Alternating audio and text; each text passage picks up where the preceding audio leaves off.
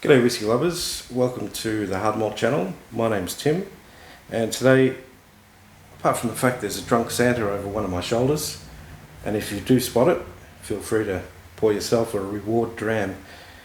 But apart from that, it's also looking a little bit like Christmas here on the table, with two batches of Kilkerran's famed heavily peated releases.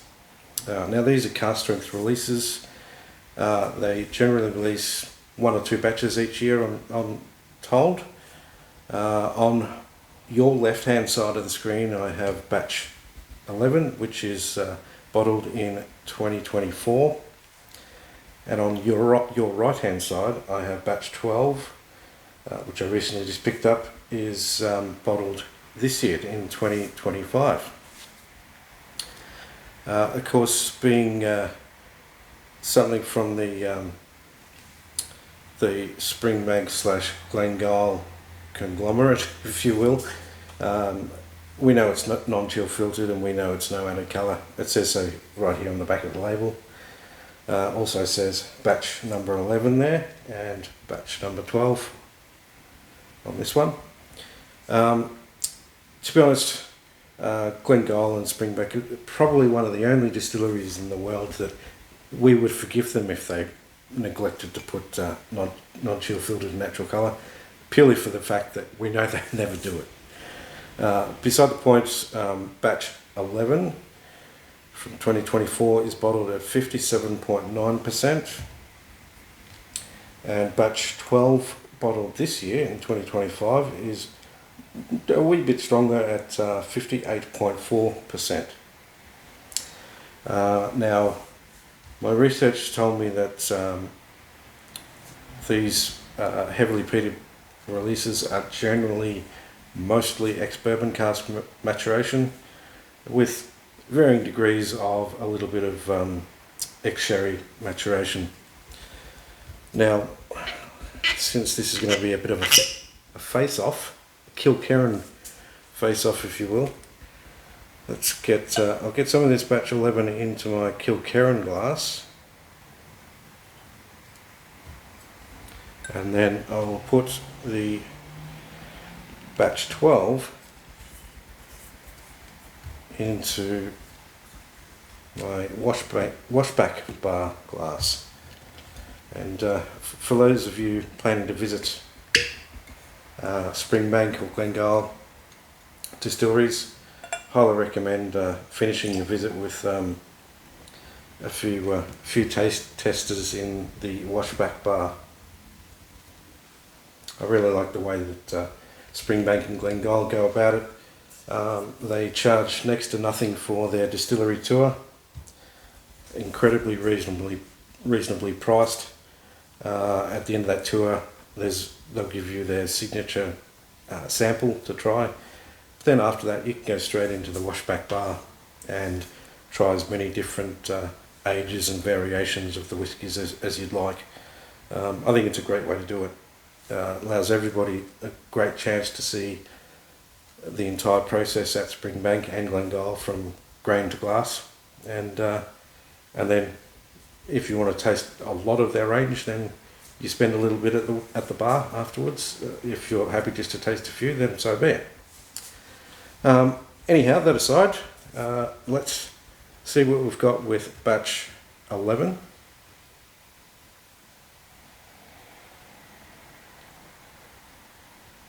Just going to let that coat the glass a little bit. Straight away at that high percent, cask strength percent, it's not ripping my nose hairs out or anything like that.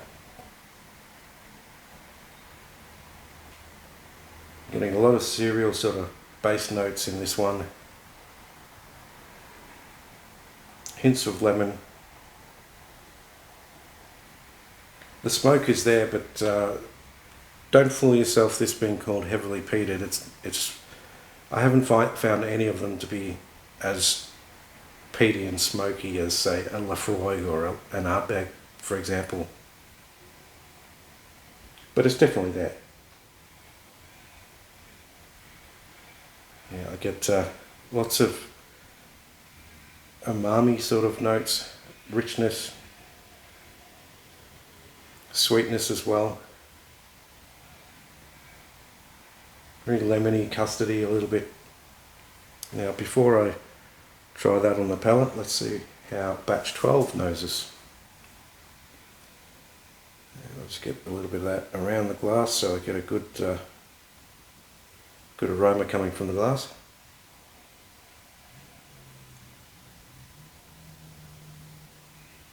Now this one, batch 12,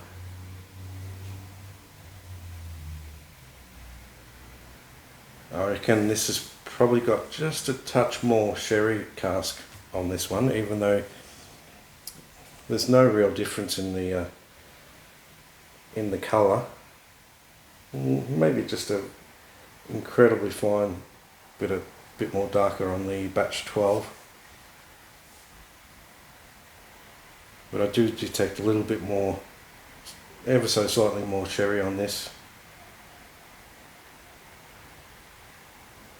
Slightly less smoke than batch 11.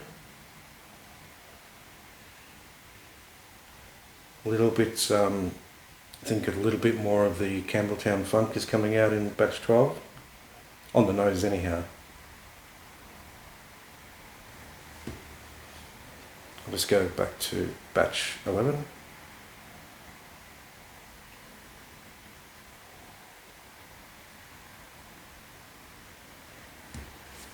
Batch 12.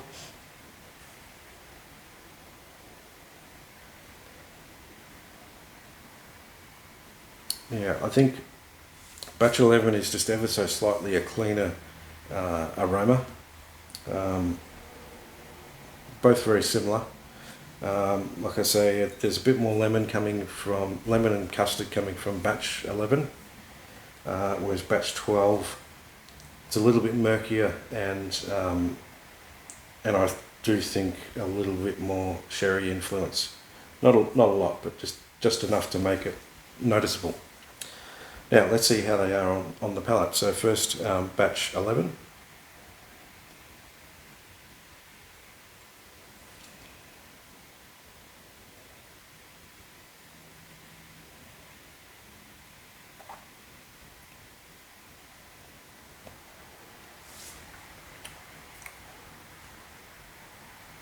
Straight away it's rich.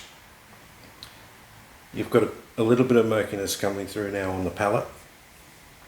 Very lemony, zesty. Not a lot of smoke. Again, as I mentioned, there's not a lot of smoke on the nose on these, even though they are heavily peated. I think that peat is really coming through more in the texture and the richness in the spirit. So it's batch 11, lemony, earthy, peaty.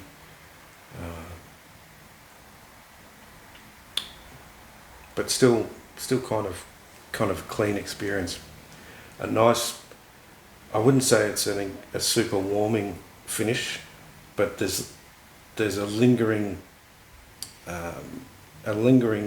warmth that is there, but it's not a burn or an afterburn or anything like that. It's just a really subtle warmth that makes you think you could sit with this in front of a fireplace on a super cold day outside.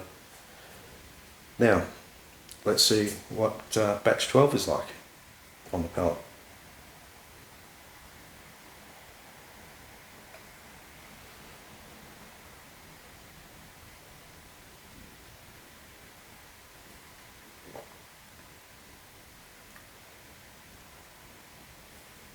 Straight away, as soon as that hit my palate, I again detect a very slight, more sherry influence, in that there's just a hint of a chocolate, sort of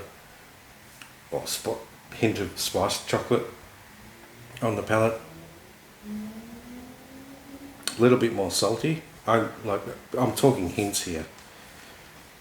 They're very similar, but different, which is hence whiskey is a batch made product, and hence why people like Kilkerran and Springbank, among others, tend to celebrate the differences in the batches and release them so that we can sit here and do these side by sides and discover the differences. I'll just go back for another taste of batch 11. Coming back to the nose on batch 11, getting more toasted cereals, toasted oats perhaps, custard, lemon. On the nose, this very much reminds me of Kilkerran's 12-year-old, which is it's a very balanced, rounded sort of a dram.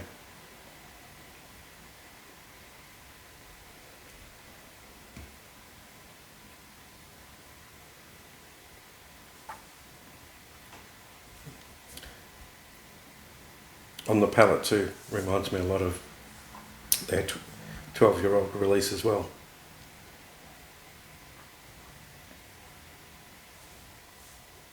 And definitely a cleaner, slightly more rounded style in the batch 11 there.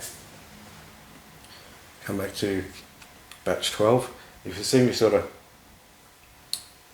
doing that, I'm trying to reset my my senses, reset my nose before I get the aroma of a different dram. Helps you to be able to detect differences between the two if you just sort of do a bit of a reset between the glasses.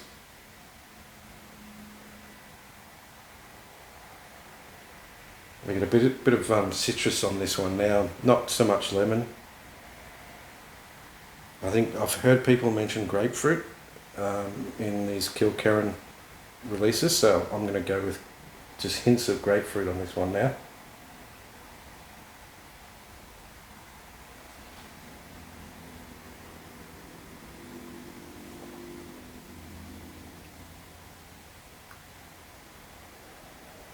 And definitely slightly, just ever so slightly funkier than batch 11. I don't know if that's a little bit more sherry influence helping that, or this has got, or just a different batch of peat that was used to dry the barley on this one. Yeah, again, they're very similar, but there are distinct and noticeable differences between the two. And honestly, I don't think I could pick a favourite out of the two. I think these are going to both get enjoyed at a very similar rate. They're both very drinkable at full cask strength, and both delicious. So, as I said before, if you did happen to spot the Drunk Santa over my shoulder, if you've got yourself some Kilkerran, pour yourself a dram of that. Otherwise, pour anything you enjoy. And with Christmas coming up, I will be doing my top 5 video coming up in the next couple of weeks, and some interesting information and analysis before I do that top 5. So stay tuned for that one, and until the next video, Slàinte mhath.